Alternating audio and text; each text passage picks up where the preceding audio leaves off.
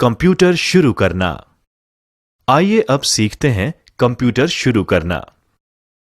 Desktop या laptop को on button दबाकर शुरू किया जा सकता है। आमतौर पर डेस्कटॉप या लैपटॉप में अगले हिस्से पर एक पावर का बटन होता है। अपने कंप्यूटर को शुरू करने के लिए इन चरणों का पालन करें। चरण 1, कंप्यूटर पर। चरण 2, बटन को दबाएं या पुश करें। कुछ कंप्यूटर्स पर कंप्यूटर की ऑन स्थिति में बटन रोशन होता है। लैपटॉप पर सामने वाले हिस्से पर अक्सर एक लाइट होती है। अगर डेस्कटॉप मॉनिटर से जुड़ा होता है तो सुनिश्चित करें कि मॉनिटर चालू है। अधिकांश कंप्यूटर मॉनिटर्स पर स्क्रीन के निचले कोने पर एक ऑन ऑफ बटन होता है। मॉनिटर चालू होने पर बटन अक्सर हरे रंग की रोशनी से रोशन होता है। चरण 3, अब आपको कंप्यूटर पर लॉगिन करना होगा। यदि आप अपने कंप्यूटर के एकमात्र उपयोगकर्ता या यूजर हैं, तो इसके शुरू होने पर सीधे डेस्कटॉप पर पहुंच सकते हैं। यदि आप किसी सार्वजनिक कंप्यूटर का उपयोग कर रहे हैं, उदाहरण के लिए एक पुस्तकालय या साइबर कैफे में, तो आपको लॉगिन करने के तरीके के बारे में निर्देश दिए जाएंगे। यदि आप अपने कंप्यूटर को अन्य लोगों के साथ साझा कर रहे हैं, तो प्रत्येक उपयोगकर्ता का एक अलग लॉगिन खाता बनाया जाएगा। जब आप कंप्यूटर शुरू करते हैं तो स्क्रीन कुछ इस तरह से दिखाई देगी। जब आप अपने नाम के ऊपर स्थित आइकन पर क्लिक करेंगे तो आपको एक पासवर्ड के लिए कहा जाएगा। स्टार्ट करने से पहले मुख्य उपयोगकर्ता या व्यवस्थापक को आपके लिए इसे सेट करना चाहिए। अपने पासवर्ड को टाइप करें और तीर पर क्लिक करें। कंप्यूटर सिस्टम के प्रमुख घटक। आइए अब हम जानते हैं कंप्यूटर सिस्टम के प्रमुख घटकों के बारे में। कंप्यूटर सिस्टम में कई घटक होते हैं जो कंप्यूटर पर कार्य करने में सहायक होते हैं। कंप्यूटर सिस्टम परिभाषा। कंप्यूटर एक इलेक्ट्रॉनिक डिवाइस है। कंप्यूटर ऐसे उपकरणों से बने होते हैं जो डेटा को इनपुट करते हैं, प्रोसेस करते हैं एवं संग्रहित करते हैं और इच्छित स्वरूप में परिणाम देते हैं। डेटा का मतलब रॉ फैक्ट्स एंड फिगर्स है। डेटा एक इनपुट डिवाइस के माध्यम से, जैसे कि कीबोर्ड सा है, और कंप्यूटर की मेमोरी में संग्रहित किया जाता है। इसके बाद यह दिए गए निर्देशों के सेट के अनुसार कार्य करता है। कंप्यूटर परिणाम को आउटपुट डिवाइस के माध्यम से, जैसे कि मॉनिटर, प्रदर्शित करता है। कंप्यूटर डेटा संसाधित करता है और सूचना का उत्पादन करता है। कंप्यूटर केवल विद्युत संकेतों जैसे कि ऑन और ऑफ को ही समझ सकते हैं, जहां ऑन का मतलब सर्किट ऑन है एवं ऑफ का मतलब सर्किट ऑफ है। आमतौर पर एक कंप्यूटर में processor, main and secondary memory, power supply और सहायक हार्डवेयर को एक धातु के केस में रखा जाता है। इनमें से अधिकांश घटक कंप्यूटर के मुख्य सर्किट बोर्ड से जुड़े होते हैं, जिन्हें मदरबोर्ड कहा जाता है। बिजली की आपूर्ति ज्यादातर घटकों के लिए बिजली आपूर्ति घटक करती है। सभी बाहरी उपकरण जैसे कि कीबोर्ड, मॉनिटर आदि केस के पीछे कनेक्टर्स के माध्यम से जुड़े होते हैं। कंप्यूटर सिस्टम के प्रमुख हार्डवेयर घटक हैं processor, input device, output device, main memory, secondary memory. Processor एक इलेक्ट्रॉनिक डिवाइस एवं एक सिलिकॉन वर्क लाखों छोटे विद्युत भागों का बना होता है। एक प्रोसेसर में अरबों ट्रांजिस्टर हो सकते हैं। यह सिस्टम के भीतर मौलिक कंप्यूटिंग करता है और सीधे या परोक्ष रूप से अन्य सभी घटकों को नियंत्रित करता है। प्रोसेसर को कभी-कभी केंद्रीय प्रोसेसिंग यूनिट या सीपीयू भी कहा जाता है। एक कंप्यूटर में एक Intel core i3, i5, i7 Xenon या स्पार्क प्रोसेसर। सॉफ्टवेयर घटक। आइए अब हम जानते हैं सॉफ्टवेयर घटक के बारे में। कंप्यूटर सिस्टम के सॉफ्टवेयर घटक की कोई भौतिक उपस्थिति नहीं होती। वे डिजिटल मेमोरी में डिजिटल रूप से संग्रहित होते हैं। ये डेटा और कंप्यूटर प्रोग्राम हैं। कंप्यूटर प्रोग्राम प्रोसेसर के लिए निर्देश हैं, जबकि डेटा एक प्रोग्राम की जरूरत है। डेटा कई तरह के हो सकते हैं, जैसे अल्फाबेटिक डेटा, संख्यात्मक डेटा, इमेजेस, ऑडियो डेटा इत्यादि। अब हम एक एक करके एक कंप्यूटर सिस्टम के सभी घटकों के बारे में जानेंगे। इनपुट डिवाइस के साथ शुरुआत करते हैं। सबसे अधिक इस्तेमाल किए जाने वाले इनपुट डिवाइस हैं कीबोर्ड, पॉइंटिंग उपकरण, स्कैनर और ऑडियो उपकरण जैसे माइक्रोफोन। इससे पहले कि हम इसके बारे में जानना शुरू करें, आइए रमेश और सुरेश के बीच की ये बातचीत सुन लें। हेलो रमेश। हाय सुरेश। तुम कहीं खोए हुए लग रहे हो, क्या हुआ? हाँ सुरेश, मैं इनपुट और आउटपुट डिवाइस में थोड़ा कंफ्यूज हूँ, तुम मेरी कुछ मदद करो ना। ठीक है रमेश, रुको, मैं एक उदाहरण के माध्यम से तुम्हें समझाता हूं। मानव शरीर का उदाहरण लें तो सूचना आंख, कान, नाक, जीभ और त्वचा के माध्यम से मस्तिष्क में प्रवेश करती है। इसी प्रकार एक कंप्यूटर में इनपुट डिवाइस जैसे कीबोर्ड, माउस आदि के माध्यम से जानकारी प्रवेश करती है। तो मान लो अगर मैं टीवी देख रहा हूँ तो उस केस में रिमोट कंट्रोल और उसके बटन इनपुट डिवाइस होने चाहिए। बिल्कुल सही कहा। इसके अलावा मॉनिटर और स्पीकर आउटपुट डिवाइस हैं, जिसके माध्यम से हम एक कंप्यूटर या टीवी से जानकारी प्राप्त कर सकते हैं। प्रिंटर भी एक आउटपुट डिवाइस है, क्योंकि ये आपको प्रिंट आउटपुट देता है। एक सेकंड रुको, तो इंसान के मस्तिष्क के बारे में क्या कहोगे? ये इनपुट डिवाइस है या आउटपुट डिवाइस? इनमें से कोई भी नहीं है। हमारा मस्तिष्क सिर्फ एक सीपीयू की तरह है, जो इनपुट और आउटपुट डिवाइस को जोड़ता है। कल्पना करो, अगर तुम सीपीयू से कीबोर्ड या प्रिंटर अलग कर दो, तो क्या कीबोर्ड से कंप्यूटर को इनपुट दे सकोगे? क्या तब भी तुम्हें कंप्यूटर से प्रिंट आउट मिलेगा? नहीं, मुझे नहीं लगता। बिल्कुल सही।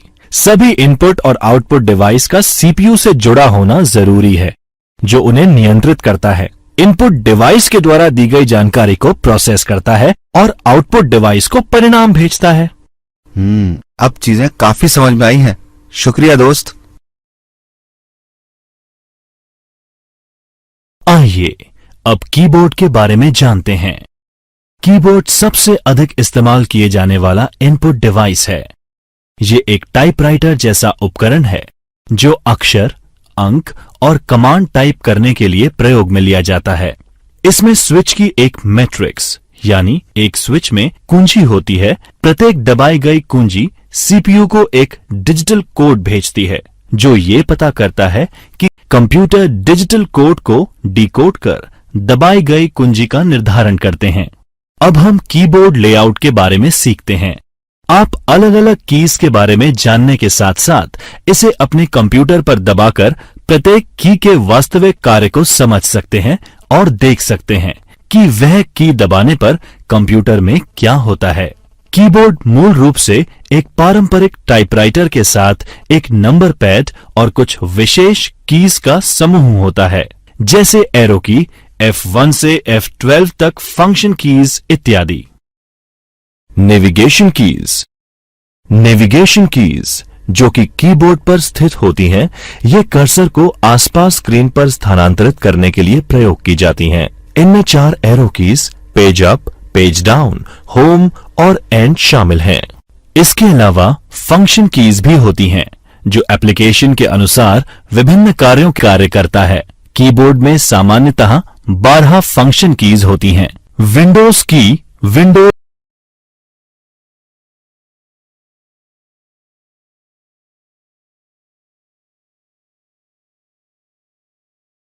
करता है। कीबोर्ड में सामान्यतः 12 फंक्शन कीज होती हैं। विंडोज की विंडोज ऑपरेटिंग सिस्टम का उपयोग करने वाले कंप्यूटर के कीबोर्ड पर एक कुंजी होती है। इस की पर विंडोज लोगो प्रदर्शित होता है। इस की को कंट्रोल और ऑल्ट के बीच रखा गया है और इस पर क्लिक करने पर विंडोज में स्टार्ट मेन्यू प्रदर्शित हो जाता है। कंट्रोल ऑल्ट की को कॉम्बिनेशन की भी कहा जाता है क्योंकि इन्हें अन्य कीज के साथ दबाने पर कुछ निश्चित कार्य किए जा सकते हैं। टॉगल की वह की जो दो अलग अलग इनपुट मोड के बीच इनपुट को टॉगल करता है उसे टॉगल की कहा जाता है। ये एक लाइट स्विच के समान है जिससे लाइट को ऑन या ऑफ किया जाता है। सबसे सामान्य टॉगल की में caps lock, num lock, scroll lock और इंसर्ट की सम्मिलित हैं। कैप्स और लोअर केस यानी छोटे अक्षर और अपर केस यानी कैपिटल अक्षर के बीच शब्दों को टॉगल करता है। नम लॉक इनपुट को लेटर और नंबर में टॉगल करता है। इनपुट डिवाइस की एक अन्य श्रेणी है पॉइंटिंग डिवाइस, जो एक इनपुट इंटरफेस है जिसकी मदद से एक उपयोगकर्ता कंप्यूटर में डेटा दर्ज कर सकता है। ग्राफिकल यूजर इंटरफेस यानी GUI माउस या अन्य उपकरण को डेस्कटॉप की सतह पर घुमाकर वे माउस के स्विच एक्टिवेट कर उपयोगकर्ता यानी यूजर को कंप्यूटर को नियंत्रित करने और डेटा उपलब्ध कराने में मदद करता है। पॉइंटिंग डिवाइस के हलचल के संकेत स्क्रीन पर माउस की हलचल या अन्य दृश्य सूचक से मिलता है। पॉइंटिंग डिवाइस के सामान्य कार्यों में पॉइंट क्लिक वे ड्रैग ड्रॉप आते हैं। कुछ प्रचलित पॉइंटिंग डिवाइस हैं mouse, track ball, touch pad, track point, graphics tablet, joystick और टच स्क्रीन। पॉइंटिंग डिवाइस एक USB पोर्ट के माध्यम से कंप्यूटर से जुड़े होते हैं। माउस सबसे लोकप्रिय पॉइंटिंग डिवाइस है। पहले माउस में एक बॉल होती थी जो कि माउस के निचले भाग की सतह पर रोल होती थी। जैसे ही हम माउस को हिलाते हैं उसमें मौजूद आंतरिक रोलर्स बॉल के मूवमेंट को सेंस करके माउस कॉर्ड यानी माउस केबल के माध्यम से कंप्यूटर को सूचना भेजते हैं।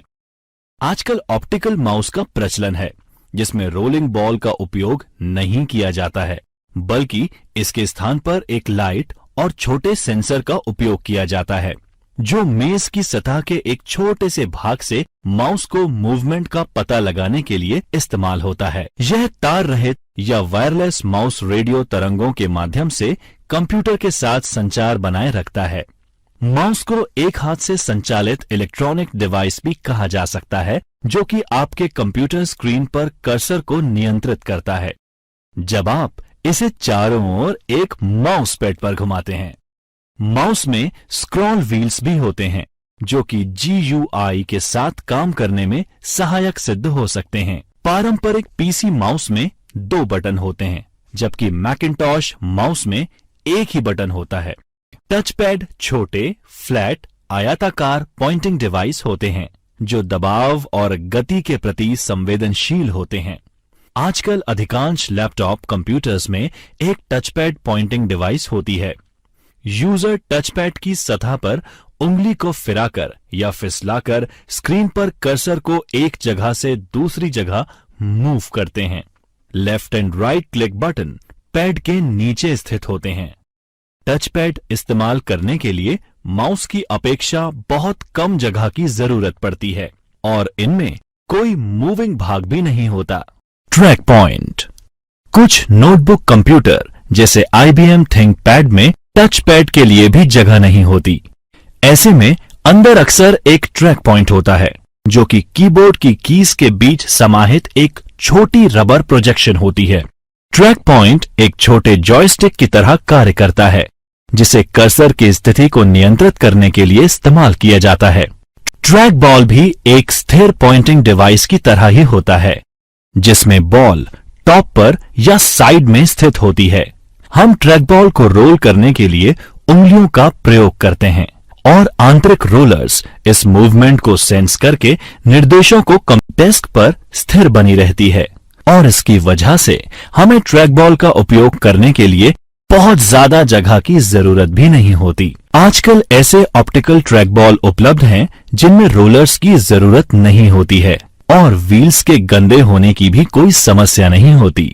जॉयस्टिक भी पॉइंटिंग डिवाइस है जो अक्सर कंप्यूटर गेम और सिम्युलेटर में इस्तेमाल किया जाता है। जॉयस्टिक्स और खेल नियंत्रकों के विभिन्न प्रकार बाजार में उपलब्ध हैं। Graphics tablet, digitizer, digital drawing tablet, pen tablet, digital art board एक कंप्यूटर इनपुट डिवाइस हैं जो कि एक विशेष कलम की तरह दिखने वाले स्टाइल्स के साथ हाथ से चित्र, एनिमेशन और ग्राफिक्स बनाने के लिए एक उपयोगकर्ता को सक्षम बनाता है।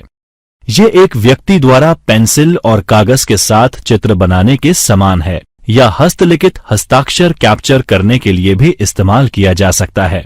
ये एक कागज के टुकड़े से चित्र का पता लगाने के लिए भी इस्तेमाल किया जा सकता है। एक स्कैनर मुद्रित पृष्ठ या प्रिंटेड पेज ग्राफिक का डिजिटलीकरण करता है। उसको छोटे छोटे पिक्सेल्स वाली इमेज अलग अलग ब्राइटनेस एवं कलर के साथ में परिवर्तित करके कंप्यूटर को संचारित यानी ट्रांसमिट करता है। स्कैनर के 3 मुख्य प्रकार होते हैं: flat bed scanner, sheet fed scanner और हैंडहेल्ड स्कैनर। छात्रों, अब इन स्कैनर्स के मुख्य फीचर्स को समझते हैं। फ्लैट बेड एक स्कैनर या फोटोकॉपी मशीन का एक प्रकार है जो दस्तावेज या अन्य वस्तुओं को स्कैन करने के लिए एक फ्लैट कांच की सतह का उपयोग करता है। अधिकांश फ्लैट बेड स्कैनर में एक एडजस्टेबल ढक्कन होता है जो कि मैगजीन, किताबें और अन्य मोटी वस्तुओं को स्कैन करने के लिए उठाया जा सकता है। शीट फेड स्कैनर, जिसे एक ऑटोमेटिक दस्तावेज स्कैनर या एडीएफ स्कैनर के रूप में भी जाना जाता है, एक डिजिटल इमेजिंग सिस्टम है जिसे विशेष रूप से पेपर के अलग अलग शीट को स्कैन करने के लिए बनाया गया है। इसका व्यापक रूप से व्यवसायों द्वारा कार्यालय दस्तावेजों को स्कैन करने के लिए उपयोग होता है और कभी-कभी पुस्तकों को स्कैन करने के लिए अभिलेखागार और पुस्तकालयों द्वारा प्रयोग किया जाता है। शीट फेड स्कैनर्स की उनके द्वारा हैंडल किए जाने वाले कागज के वजन और आकार, ड्यूटी साइकिल रेटिंग, गति प्रति मिनट पृष्ठों की और ड्यूप्लेक्स क्षमता के संदर्भ में तुलना की जा सकती है। हैंडहेल्ड स्कैनर वह है जिसे हाथ से स्कैन की जाने वाली वस्तु के ऊपर से घुमाया जा सकता है। हैंडहेल्ड स्कैनर समकक्ष डेस्कटॉप स्कैनर की तुलना में छोटे और कम महंगे होते हैं, लेकिन आंशिक रूप से उपयोगकर्ता की निपुणता पर निर्भर करते हैं जो स्कैनर को कागज के ऊपर से घुमाते हैं। इन स्कैनर में ट्रे भी उपलब्ध होते हैं जो कि स्कैनर को एक सीधी रेखा में चलने में मदद करते हैं। बारकोड अलग अलग मोटाई वाली लाइनों का एक सेट होता है जो एक नंबर दर्शाते हैं। बारकोड रीडर बारकोड से डेटा इनपुट के लिए उपयोग किया जाता है। दुकानों में अधिकांश उत्पादों पर बारकोड होती है। आप किसी भी स्थानीय डिपार्टमेंटल स्टोर पर जाकर इसका साक्षात उदाहरण देख सकते हैं। बारकोड रीडर बारकोड की लाइनों पर प्रकाश की बीम डालता है और कितनी प्रकाश की मात्रा वापस रिफ्लेक्ट होती है उसके आधार पर बारकोड का नंबर पढ़ता है। ऑप्टिकल रिकग्निशन डिवाइस अक्षर, अंक और कोड को पढ़ने के लिए प्रकाश स्रोत का उपयोग करता है और फिर उन्हें डिजिटल डेटा में बदल देता है। ओसीआर, ओएमआर और barcode reader optical recognition device के प्रकार हैं। ओसीआर स्कैनर आपने अक्सर दुकानों या रिटेल स्टोर्स में देखा होगा जिसमें स्कैनर प्रोडक्ट के अक्षर पढ़ लेता है। इसी तरह ओएमआर स्कैनर मार्क्स को पढ़ता है। इसे प्राय परीक्षाओं की स्कोरिंग में इस्तेमाल किया जाता है जैसे सेट, जीआरई, कैट इत्यादि। इसी तरह MICR magnetic ink character reader वह तकनीक है जिसमें मशीन मुद्रित संख्यात्मक डेटा को पहचानने के लिए चुंबकीय स्याही का इस्तेमाल करती है। एमआईसीआर रीडर कैरेक्टर का पता लगाकर उन्हें डिजिटल डेटाटिकल तरीकों ओसीआर पुरानी एमआईसीआर टेक्नोलॉजी की तरह जटिल है, पर चुंबकीय स्याही का अभी भी प्रयोग किया जाता है। ये धोखाधड़ी को रोकने का कार्य करता है क्योंकि एक फोटोकॉपी चेक को चुंबकीय स्याही के साथ प्रिंट नहीं किया जाएगा। Optical mark reader.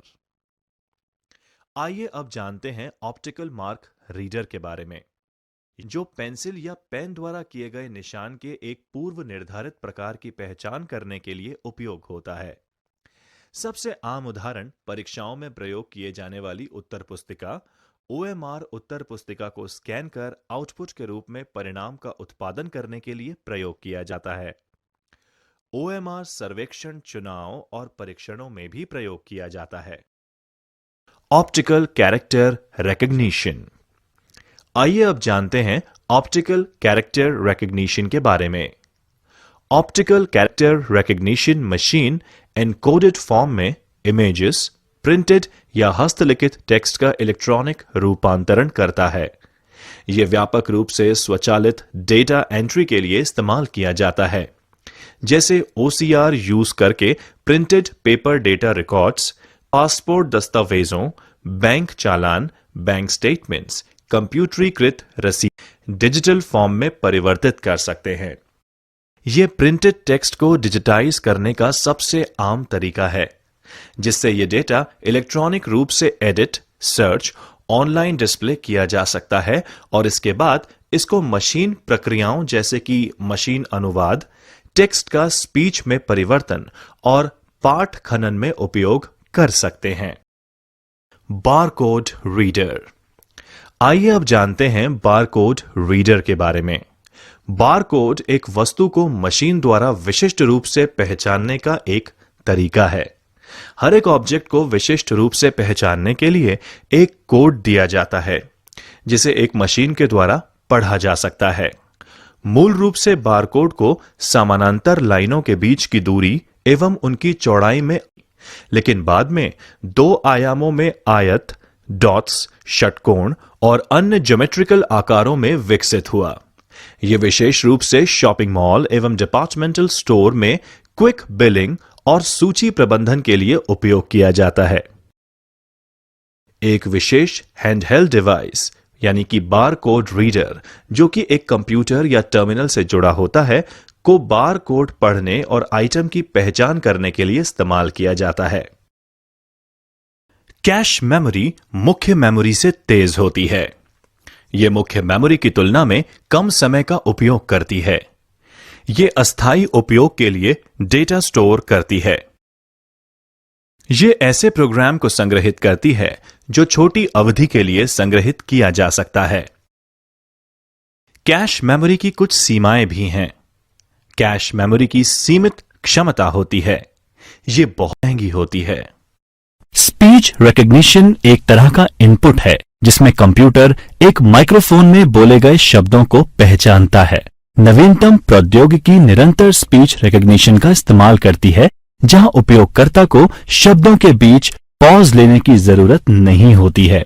वेबकैम एक वीडियो कैमरा होता है जो रियल टाइम में कंप्यूटर से कंप्यूटर नेटवर्क तक इमेज या चित्रों को फीड करता है या स्ट्रीमिंग करता है। जब कंप्यूटर से वीडियो स्ट्रीम कैप्चर की जाती है, उसे कंप्यूटर पर सेव करके देखा जा सकता है, दूसरे सिस्टम या नेटवर्क पर भेजा जा सकता है, जैसे इंटरनेट या ईमेल के साथ अटैचमेंट के रूप में। एक दूरस्थ स्थान के लिए भेजा गया वीडियो स्ट्रीम उस कंप्यूटर पर सेव किया जा सकता है, डाउनलोड करके देखा जा सकता है या कहीं और भी भेजा जा सकता है। एक आईपी कैमरा जो ईथरनेट या वाईफाई का उपयोग करके कंप्यूटर से जुड़ता है, के विपरीत एक वेबकैम आमतौर पर एक यूएसबी या इसी तरह के किसी अन्य केबल द्वारा कंप्यूटर से जोड़ा जाता है या लैपटॉप अथवा कंप्यूटर हार्डवेयर में इनबिल्ट आता है। अब आउटपुट डिवाइस की बात करते हैं। आउटपुट एक कंप्यूटर जनित जानकारी होती है जो स्क्रीन पर प्रदर्शित की जाती है और कागज पर प्रिंट की जाती है या मशीन पढ़ सके ऐसे फॉर्म में जैसे डिस्क और टेप। आउटपुट डिवाइस परिधीय उपकरण होते हैं जो हमें कंप्यूटर द्वारा संसाधित या प्रोसेस डेटा देखने अथवा सुनने के लिए सक्षम बनाते हैं। आउटपुट ऑडियो या वीडियो कुछ भी हो, ग्राफिक्स और वीडियो शामिल होते हैं। ऑडियो आउटपुट में ध्वनि, आउटपुट डिवाइस में मॉनिटर, प्रिंटर और स्पीकर आते हैं। आइए अब हम उन्हें एक एक करके प्रत्येक के बारे में समझते हैं। मॉनिटर एक कंप्यूटर डिस्प्ले या कंप्यूटर के लिए एक इलेक्ट्रॉनिक विजुअल डिस्प्ले होता है। आधुनिक मॉनिटर्स में आमतौर पर एक thin film transistor liquid crystal display यानी TFT LCD या एक फ्लैट पैनल LED डिस्प्ले होता है, जबकि पुराने मॉनिटर्स में एक कैथोड रे ट्यूब जिसे CRT कहा जाता था का इस्तेमाल किया जाता था।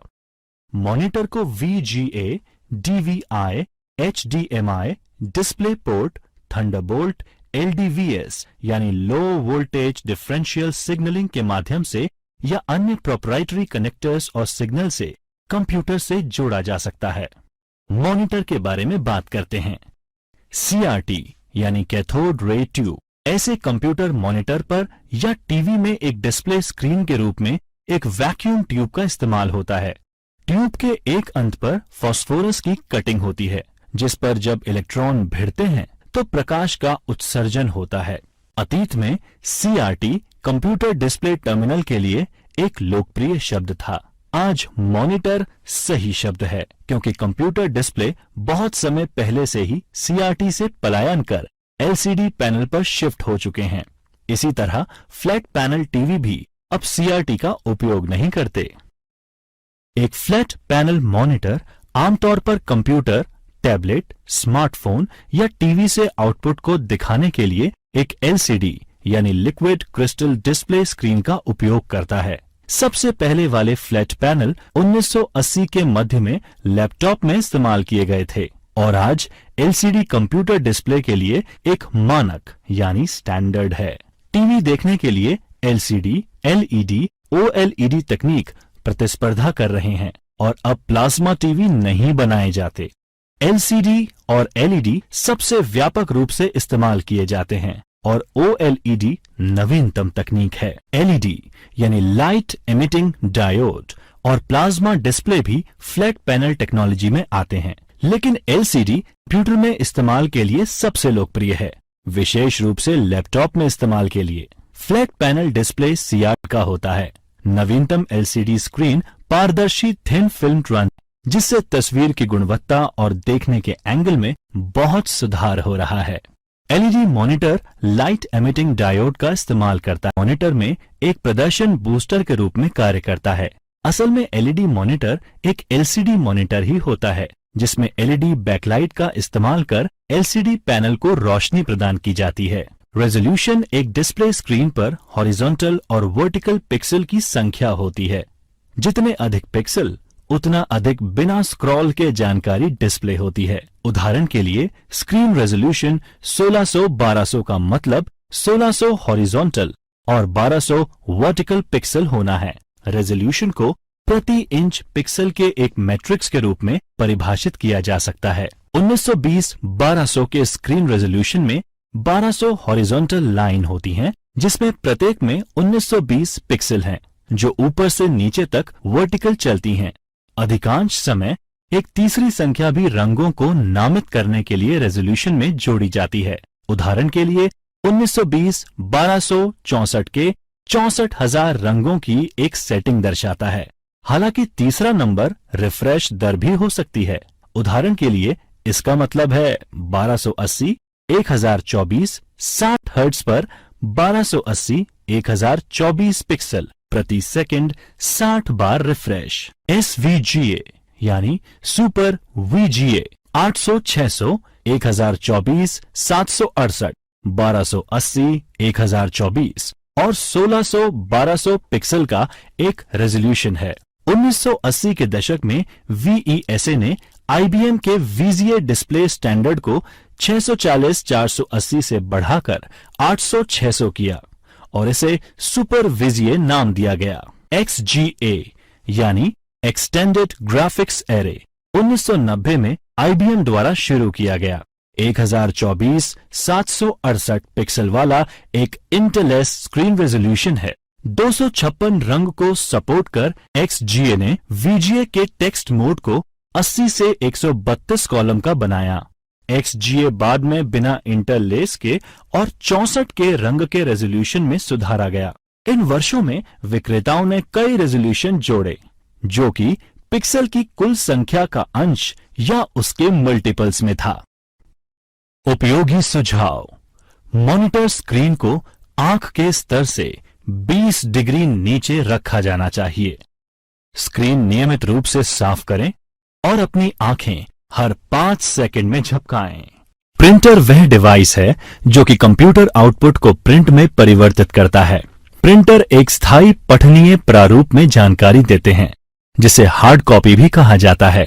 आमतौर पर आउटपुट एक कागज पर छपता है। प्रिंटर आउटपुट की गुणवत्ता DPI या मापा जाता है। प्रिंटर को मोटे तौर पर इम्पैक्ट और नॉन इम्पैक्ट प्रिंटर में वर्गीकृत किया जा सकता है। इम्पैक्ट प्रिंटर वह प्रिंटर है जो ऐसा प्रिंटिंग तरीका इस्तेमाल करता है जिसमें वह कैरेक्टर की छवि या चित्र को रिबन में और कागज पर स्ट्रोक के माध्यम से प्रिंट करता है। इम्पैक्ट प्रिंटर दो प्रकार के होते हैं, कैरेक्टर प्रिंटर और लाइन प्रिंटर। कैरेक्टर प्रिंटर आमतौर पर एक समय में एक कैरेक्टर को प्रिंट करते हैं। डॉट मैट्रिक्स प्रिंटर में प्रिंट हेड में छोटे इलेक्ट्रोमैग्नेटिक सक्रिय पिन होते हैं और एक स्याही वाला रिबन होता है जो इम्पैक्ट से छवियों को प्रिंट करता है। ये प्रिंटर काफी शोर करते हैं और अपेक्षाकृत धीमी गति से कार्य करते हैं। ये बड़े बिजनेस कारोबार में इस्तेमाल होते हैं जहां लगातार 80 कॉलम और 132 कॉलम की स्टेशनरी पर प्रिंटिंग होती रहती है। उदाहरण के लिए 9 pin head draft quality text बनाते हैं, जबकि 24 पिन हेड टाइपराइटर की गुणवत्ता का आउटपुट निकालते हैं। गति 200 से 400 कैरेक्टर प्रति सेकंड यानी CPS तक होती है, जो लगभग 90 से 180 लाइनें प्रति मिनट यानी लाइन मैट्रिक्स प्रिंटर एक समय में एक पूरी लाइन प्रिंट करते हैं। परंपरागत रूप से लाइन प्रिंटर चॉन प्रिंटर और ड्रम प्रिंटर के रूप में होते थे। प्रिंटर के ये प्रकार एक प्रिंट हेड का इस्तेमाल करते हैं जिसमें पिन होती है जो इलेक्ट्रोमैग्नेटिक तंत्र द्वारा प्रिंटर हेड और पेपर के बीच रखे रिबन पर स्ट्राइक करती है जहां आउटपुट प्रिंट होता है। उनकी गति प्रिंटिंग प्रॉपर्टीज के प्रकार पर निर्भर करती है और प्रति मिनट 200 से 2000 लाइनों तक होती है। प्रिंटर की एक अन्य श्रेणी नॉन इम्पैक्ट प्रिंटर है जिसमें कागज पर एक रिबन पीटने के बिना ही प्रिंट होता है। लेजर, LED, इंकजेट, ठोस स्याही, थर्मल वैक्स हस्तांतरण और dye sublimation printer non impact printer का उदाहरण है। नॉन इम्पैक्ट प्रिंटर आमतौर पर इम्पैक्ट प्रिंटर से तेज कार्य करते हैं और बहुत कम आवाज करते हैं। लोकप्रिय नॉन इम्पैक्ट प्रिंटर में inkjet printer, laser printer, thermal printer और प्लॉटर हैं। Low end inkjet 3 ink colour cyan, magenta और पीले का उपयोग करते हैं, लेकिन एक काले रंग का कंपोजिट निकालते हैं जो कि अक्सर गंदा होता है। 4 रंग वाले इंकजेट CMYK शुद्ध काले रंग की प्रिंटिंग के लिए काली स्याही का उपयोग करते हैं। घर पर उपयोग के लिए सबसे आम प्रकार का प्रिंटर कलर इंकजेट प्रिंटर है। यह प्रिंटर प्रिंट सिरे से स्याही की छोटी बूंदों का छिड़काव कर पेज की छवि बनाते हैं। प्रिंटर को कलर इमेज प्रिंट करने के लिए स्याही के कई रंगों की जरूरत पड़ती है। ये प्रिंटर अपेक्षाकृत सस्ते होते हैं, लेकिन कंज्यूमेबल वस्तुओं की लागत लंबे समय में संचालन को महंगा बनाता है। आज लगभग सभी इंकजेट प्रिंटर कलर आउटपुट निकाल सकते हैं। एक लेजर प्रिंटर कार्यालय और व्यावसायिक प्रयोजनों के लिए अच्छी गुणवत्ता की छवियां बनाता है। एक फोटो सेंसिटिव मटेरियल द्वारा कोटेड ड्रम को चार्ज किया जाता है और फिर छवि एक लेजर या LED द्वारा इस पर छापी जाती है। उसके बाद ड्रम टोनर के अंदर रोल करता है। टोनर कागज पर जमा किया जाता है और फिर गर्मी से कागज में जोड़ा जाता है। अधिकांश लेजर प्रिंटर मोनोक्रोम यानी केवल एक रंग काला होते हैं, लेकिन महंगे लेजर प्रिंटर जिसमें कई रंग के टोनर कार्ट्रिज होते हैं मल्टी कलर आउटपुट प्रिंट कर सकते हैं। ये प्रिंटर इंकजेट प्रिंटर से अधिक तेजी से कार्य करते हैं। उनकी गति पेज प्रति मिनट यानी PPM में मापी जाती है। डायरेक्ट थर्मल प्रिंटर एक मध्यम से कम रेजोल्यूशन वाला प्रिंटर होता है जिसमें कोटेड पेपर इस्तेमाल होता है जो गर्मी लगने पर डार्क हो जाता है। कागज को हीटिंग तत्वों की एक पंक्ति से पास किया जाता है जो कागज को जलाकर डॉट्स बना देते हैं। ये आमतौर पर बारकोड प्रिंटर और अन्य स्पेशलिटी प्रिंटर जैसे ATM से स्लिप प्रिंट करने के लिए इस्तेमाल किया जाता है।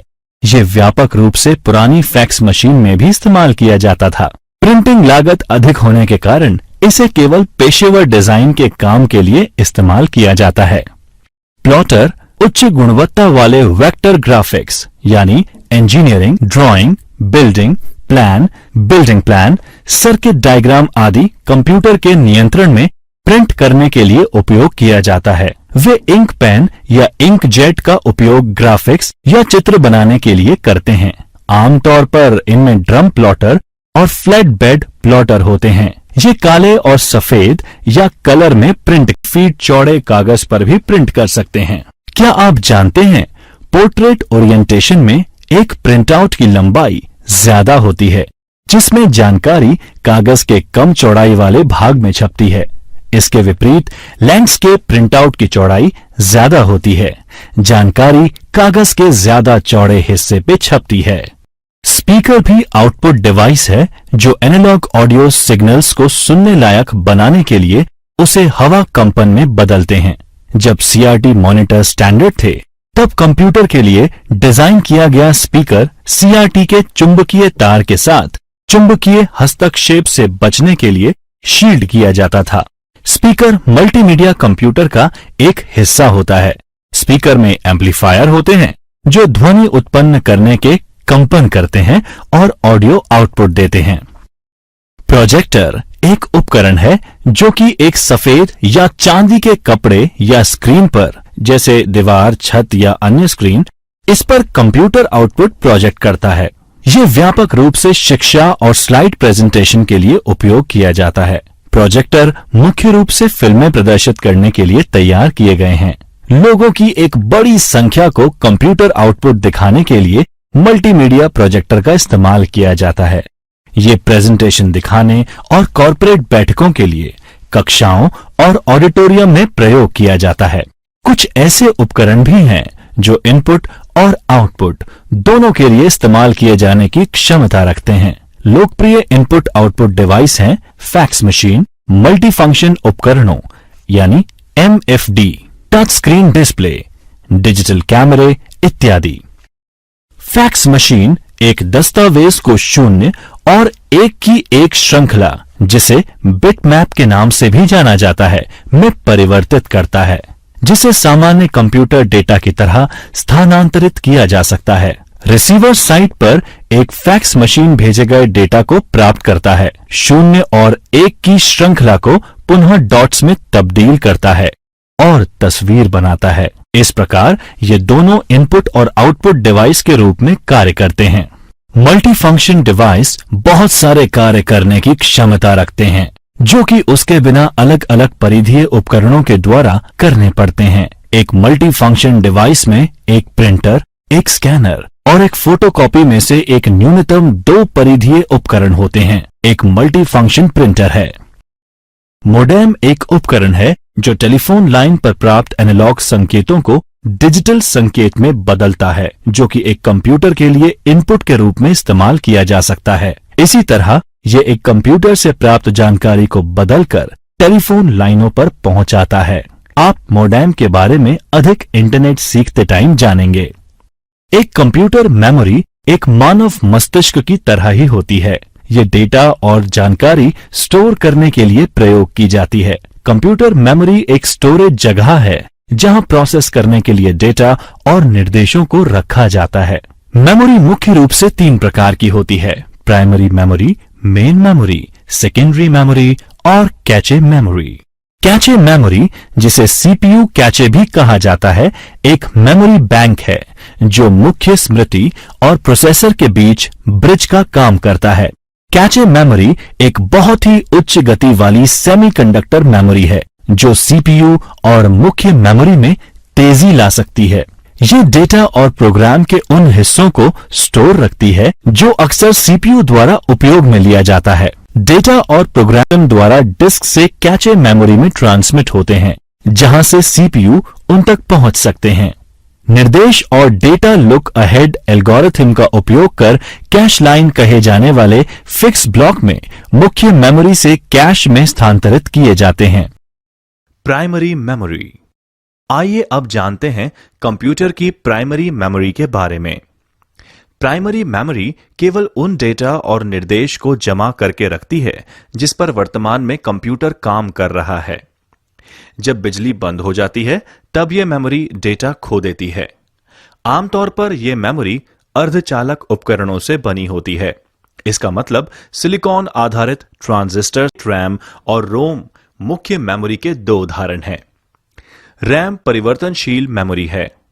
फ्लैश मेमोरी रोम, प्रोम, प्रोग्रामेबल रोम, ईपीरोम, इरेजेबल प्रोम नॉन वॉलेटाइल मेमोरी के उदाहरण हैं। डेटा और निर्देश जो कि प्रोसेस करने के लिए आवश्यक है, मुख्य मेमोरी में रहते हैं। मुख्य मेमोरी की विशेषताएं। यह कंप्यूटर के काम करने वाली मेमोरी है। इसकी गति मुख्य मेमोरी से भी तेज होती है। एक कंप्यूटर प्राइमरी मेमोरी के बिना नहीं चल सकता। रैम यानी रैंडम एक्सेस मेमोरी किसी भी कंप्यूटर, स्मार्टफोन या टैबलेट की मुख्य मेमोरी है। रैम अस्थायी कार्यक्षेत्र है जहां डेटा प्रोसेस होता है और निर्देशों का पालन होता है। रैम को एक सिंगल बाइट पढ़ने और राइट करने की क्षमता ही रैंडम एक्सेस बनाती है। ये बाइट एड्रेसिबिलिटी स्टोरेज डिवाइस के अनुसार भिन्न हो जाती है। जैसे हार्ड डिस्क और फ्लैश मेमोरी चिप है जो उन सेक्टर्स को भी पढ़ और राइट कर सकते हैं जिसमें मल्टीपल बाइट होते हैं। इसके अलावा रैम को सॉफ्टवेयर के लिए एक अस्थायी जगह के रूप में प्रयोग किया जाता है, जबकि स्टोरेज स्थायी होता है जब तक उपयोगकर्ता द्वारा डिलीट नहीं किया जाता। रैम के प्रकार हैं डायनेमिक रैम यानी डी रैम और स्टैटिक रैम यानी एस रैम। रोम रीड ओनली मेमोरी एक मेमोरी चिप है जो कि स्थायी रूप से निर्देश और डेटा स्टोर करते हैं। स्टोर की जाने वाली सामग्री चिप निर्माण की प्रक्रिया के अंतिम चरण में मास्किंग बनाई जाती है और इसे बदला नहीं जा सकता। स्टैंड अलोन रोम चिप्स और माइक्रो कंट्रोलर चिप्स में रोम बैंकों का इस्तेमाल असंख्य एप्लीकेशन के लिए कंट्रोल रूटीन धारण करने के लिए किया जाता है। रोम भी व्यापक रूप से पुराने पीसी में बायोस होल्ड करने के लिए और वीडियो गेम में प्लग इन कार्ट्रिज के लिए इस्तेमाल किया गया। रोम यानी रीड ओनली मेमोरी के प्रकार हैं पीरोम, ईपीरोम और ईईपी रोम। पीरोम यानी प्रोग्रामेबल रोम एक स्थायी मेमोरी चिप है जिसमें कंटेंट चिप निर्माता के बजाय ग्राहक द्वारा बनाया जाता है या प्रोग्राम किया जाता है।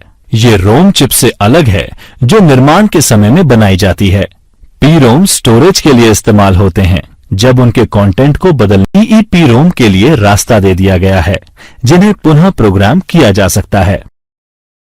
ईपीरोम यानी इरेजेबल प्रोग्रामेबल रोम एक रीराइटेबल मेमोरी चिप है जो कि बिना पावर या बिजली अपना कंटेंट स्टोर कर सकती है। ईपीरोम चिप्स को सर्किट बोर्ड पर रखे जाने से पहले एक बाहरी प्रोग्रामिंग डिवाइस पर लिखा जाता है। चिप को एक महंगी चीनी मिट्टी से बने चिप पैकेज की आवश्यकता होती है जिसमें एक छोटी सी क्वार्ट्ज विंडो होती है जो अपारदर्शी चिपचिपे टेप के साथ कवर की जाती है। पुनः प्रोग्रामिंग के लिए चिप को सर्किट बोर्ड से निकाला जाता है, टेप निकाल दिया जाता है और इसे लगभग 20 मिनट के लिए एक अल्ट्रावायलेट यानी यूवी प्रकाश के नीचे रखा जाता है। ईईपी रोम यानी इलेक्ट्रिकली इरेजेबल प्रोग्रामेबल रोम एक रीराइटेबल मेमोरी चिप है जो बिना पावर या बिजली के बिना अपना कंटेंट रखती है। ईईपी रोम राइट स्तर पर बिट या बाइट एड्रेसेबल होते हैं, जिसका मतलब है फिर से डेटा राइट करने से पहले बिट या बाइट को मिटाना जरूरी होता है। फ्लैश मेमोरी में जो ईईपी रोम से विकसित हुआ और वास्तुकला में लगभग समान है, डेटा राइट करने से पहले बाइट के पूरे ब्लॉक को मिटाना होता है। इसके अलावा ईईपी रोम आमतौर पर निर्देश और डेटा की छोटी मात्रा को स्टोर करने के लिए इस्तेमाल होते हैं, जबकि फ्लैश मेमोरी मॉड्यूल गीगाबाइट में डेटा स्टोर कर सकते हैं। इसीलिए डिजिटल कैमरे के स्टोरेज और हार्ड डिस्क रिप्लेसमेंट में इस्तेमाल किए जाते हैं। Hard disk drive. आइए अब जानते हैं कंप्यूटर की हार्ड डिस्क के बारे में, जो कि सेकेंडरी मेमोरी होती है। यह एक डेटा भंडारण डिवाइस है जिसका उपयोग कर डेटा भंडारण या डिजिटल इंफॉर्मेशन रिट्रीव करने के लिए किया जाता है। इसे एक या एक से ज्यादा तेजी से घूमती हुई डिस्क जो कि चुंबकीय सामग्री से लिप्त होती है के द्वारा किया जाता है। सतह पर जानकारी को लिखने और पढ़ने के लिए प्लेटर्स को चुंबकीय हेड्स डेटा रैंडम एक्सेस ढंग से प्राप्त किया जा सकता है। इसका मतलब है कि डेटा को किसी भी क्रम में प्राप्त किया जा सकता है। बिजली बंद होने पर भी HDD अपने डेटा को बरकरार रखता है। HDD की प्रमुख विशेषता उसकी क्षमता और प्रदर्शन है। 1 terabyte disk drive 1000 giga disk drive की परफॉर्मेंस कितने समय में कितना डेटा रिट्रीव किया गया उसके अनुसार मापी जाती है, जैसे डेटा रेट। Optical disc. सभी ऑप्टिकल डिस्क वृत्ताकार थाली के आकार की होती हैं। ये अलग अलग आकार और भंडारण क्षमता में आती हैं। सबसे लोकप्रिय ऑप्टिकल डिस्क है WORM वॉर्म यानी CDR, CDRW, DVD और blu ray disc. Worm disc, CD recordable disc. Worm का मतलब राइट वंस रीड मैनी या कॉम्पैक्ट डिस्क रिकॉर्डेबल है। CD रिकॉर्डिंग ड्राइव के माध्यम से वॉर्म डिस्क या CDR डिस्क्स में हम एक बार ही डेटा को स्टोर कर सकते हैं। इन डिस्क में डेटा को पढ़ने के लिए लेजर बीम तथा डिस्क की सतह पर गड्ढे बनाकर लिखा जाता है। Compact disc read write. ये वॉर्म डिस्क के समान है, लेकिन आप इसमें सूचनाएं कई बार मिटा और लिख सकते हैं। Digital versatile disc. ये एक ऑप्टिकल स्टोरेज डिवाइस है जो कि CD जैसा दिखाई देती है, लेकिन इनकी भंडारण क्षमता 4.7 GB से 8.5 GB तक होती है। DVD को एकल परत डिस्क या डबल परत डिस्क के रूप में वर्गीकृत किया जा सकता है। यह अधिकतर उच्च गुणवत्ता वाली फिल्मों और ऑडियो फाइल्स के भंडारण के लिए ब्लू रे डिस्क। ये भविष्य में मौजूदा DVD की जगह ले सकती है। ये डिस्क भी अतिरिक्त क्षमता, उच्च घनत्व डेटा स्टोर करने के साथ रिकॉर्डिंग के लिए लेजर बीम का उपयोग करती है। इसकी भंडारण क्षमता 50 GB से 500 GB है। Pen drive, flash memory. ये एक छोटा सा पोर्टेबल डिवाइस जो USB पोर्ट के माध्यम से एक कंप्यूटर से जुड़ सकता है। यहां तक कि जब यह कंप्यूटर से जुड़ा नहीं होता तब भी डेटा को संग्रहित रख सकता है। यह आसानी से डिस्कनेक्ट हो जाता है और सुरक्षित रूप से कहीं पर भी ले जाया जा सकता है। Smart media card. यह इन दिनों डिजिटल कैमरे के इस्तेमाल में सबसे लोकप्रिय है और एक पोर्टेबल क्रेडिट कार्ड की तरह है। Secure digital card. यह दूसरी पीढ़ी मल्टीमीडिया कार्ड है। इसमें डेटा को लॉक और रक्षा करने की क्षमता है।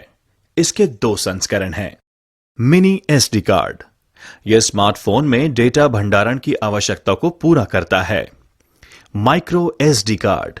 यह मिनी SD मेमोरी कार्ड से छोटा होता है तथा उसकी सभी विशेषताएं उसमें उपलब्ध होती हैं। विंडोज 10 में कंप्यूटर सिस्टम कॉन्फ़िगरेशन की जांच करना। आइए सीखते हैं विंडोज 10 में कंप्यूटर सिस्टम कॉन्फ़िगरेशन की जांच करना। विंडोज 10 में कंप्यूटर सिस्टम की जानकारी जैसे ऑपरेटिंग सिस्टम, प्रोसेसर विवरण, रैम और अन्य विशिष्टताओं को कई तरीकों से देखा जा सकता है। सेटिंग का उपयोग करना। आइए सीखते हैं सेटिंग्स का उपयोग करना। कंप्यूटर की मूल प्रणाली जानकारी देखने के लिए सेटिंग्स पर क्लिक करें और इसके बाद सिस्टम में अबाउट पर क्लिक करें। इस सेटिंग पेज में विंडोज 10 का सटीक संस्करण और बिल्ड संख्या मिल जाएगी, जो हर बार माइक्रोसॉफ्ट द्वारा एक क्यूमुलेटिव अपडेट या सुविधा अपडेट जैसे विंडोज की 10वीं वर्षगांठ अपडेट।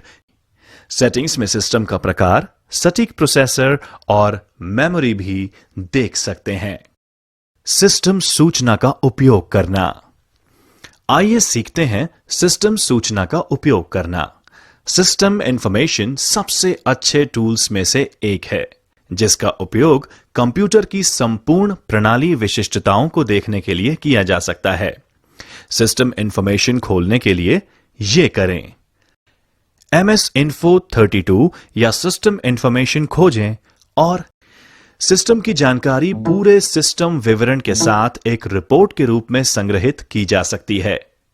यह तब उपयोगी हो सकता है जब हार्डवेयर कार्य करना बंद कर दे, ताकि यह जाना जा सके कि कंप्यूटर के अंदर क्या है। एक रिपोर्ट बनाने के लिए निम्नलिखित कार्य करें। सिस्टम इंफॉर्मेशन खोलें। वह जानकारी चुनें जिसे आप निर्यात करना चाहते हैं। उदाहरण के लिए, यदि सिस्टम समरी का चयन करते हैं तो सिस्टम की जानकारी के हर हिस्से को निर्यात कर सकते हैं। हालांकि यदि केवल कंप्यूटर के ग्राफिक कार्ड विवरणों को निर्यात करना चाहते हैं तो केवल डिस्प्ले का चयन कर सकते हैं।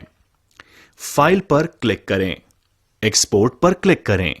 फाइल को सेव करने के लिए स्थान को ब्राउज करें, एक वर्णनात्मक नाम दर्ज करें और कार्य को पूरा करने के लिए सेव पर क्लिक करें।